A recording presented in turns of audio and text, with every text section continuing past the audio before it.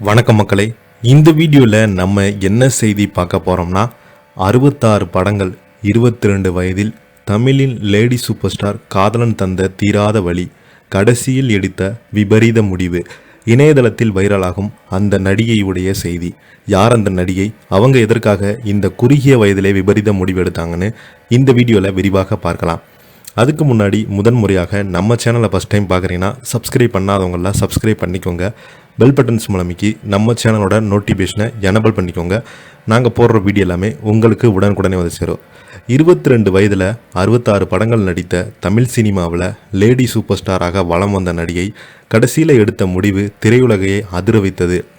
யார் அவங்கன்னு தெரியுமா? தமிழில் கொண்டாடப்பட வேண்டிய நடிகரில் ஒருவராக படபட் ஜெயலட்சுமி பூர்வீகமாக ஆந்திரா 1958 பிறந்தாங்க. தனது 13 வயதில் தெலுங்கில் வெளியான இற்று அம்மாயிலு படத்தில் அறிமுகமானாங்க. எஸ்ஆர் புட்டனா கனகல் இயக்கிய இந்த படத்தில் அக்னியோனி நாகஸ்வரா, சோபன் பாபு, வாணிசிறி ஆகியோர் நடித்திருந்தாங்க.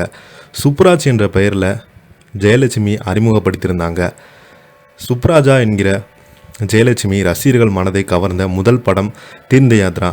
மலையாள படம் மலையாள சினிமாவில் முன்னணி ஆளுமையாக ஒருவராக வின்சென்ட் இந்த படத்தை இயக்கியிருந்தார். இரு கதாநாயகிகளாக ஒருவர் ஜெயலட்சுமி நடித்திருந்தாங்க. இதில் அவங்க பெயர் சுப்ரியா என்ற இடம் பெற்றிருந்தது.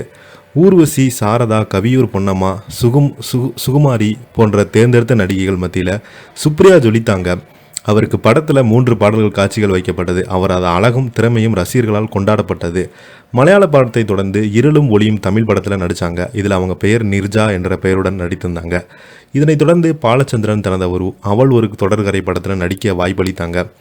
இதில் அவங்க பெயர் ஜெயலட்சுமி என்று மாற்றினாங்க. அவங்க ஒரு தொடர்கரை படத்தில் ஜெயலட்சுமியின் துடுக்குத்தனமான கதாபாத்திரம் அவரது தீர்த்த யாத்ரா ஒடிக்கப்பட்டது.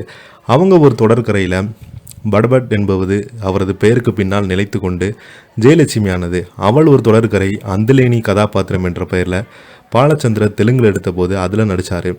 முள்ளு மலரும் 6-60 வரை, எனக்கே சொந்தம், வருவான் வடிவேல் என தொடர்ச்சியாக படங்களை நடித்து குறுகிய காலத்திலே தமிழ், தெலுங்கு, மலையாளம், கன்னட மொழிகளில் 66 படங்களில் திறமையை வெளிப்படுத்தினாங்க. புகழோட உச்சத்தில் இருந்தபோது தூக்க மாத்திரைகளை அதிகமாக சாப்பிட்டு தன்னுயிரை மாய்த்து கொண்டாங்க. இதற்கு ஜெயலட்சுமிக்கு ஏற்பட்ட காதல் தோல்வியே முக்கியமான காரணம் என்று தகவல்கள் வெளியானது.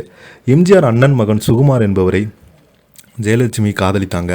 அவங்களுக்கு தான் சம்பாதித்த சொத்துக்கள் பெரும்பாலும் கொடுத்ததாக சொல்லப்படுகிறது. கருத்து வேறுபாடு காரணமாக சுகுமாரை பிரிந்த நிலையில் 22 வயதிலேயே நடிகை லட்சுமி உயிரை மாய்த்து கொண்டாங்க. இந்த சம்பவம் திரையுலகில் பரபரப்பை ஏற்படுத்தியிருக்கிறது. 2018 ரஜினி பேட்டியொன்றில் உங்களுக்கு விருப்பமான நடிகை யார் என்ற கேள்விக்கு ஜெயலட்சுமி என்ற பெயர் பதிலளித்தார். ரஜினி மட்டுமின்றி அவருடன் நடித்த அனைவருமே ஜெயலட்சுமி விருப்ப நடிகையாக இருந்தாங்க. அவங்களது அழகும் திறமையும் குணமும் அப்படியே சினிமாவில் துணிச்சலான கேரக்டரில் இடம்பெற்றிருந்த ஜெயலட்சுமி நிஜம் வாழ்க்கையில் தைரியம் இல்லாமல் தற்கொலை முடிவு எடுத்துக்கொண்டது திரையுலகை அதிர்ச்சி அளிக்கிறது. இதை பற்றி நீங்கள் என்ன கீழே உள்ள கமெண்ட் பாக்ஸில் மறக்காமல் பதிவிடுங்க. இந்த வீடியோ உங்களுக்கு பிடிச்சிருந்தா லைக் பண்ணுங்கள், ஷேர் பண்ணுங்கள், கமெண்ட் பண்ணுங்கள். அப்போ தான் நாங்கள் போடுற வீடியோ எல்லாமே உங்களுக்கு உடனுக்குடனே வந்து சேரும். நன்றி, வணக்கம்.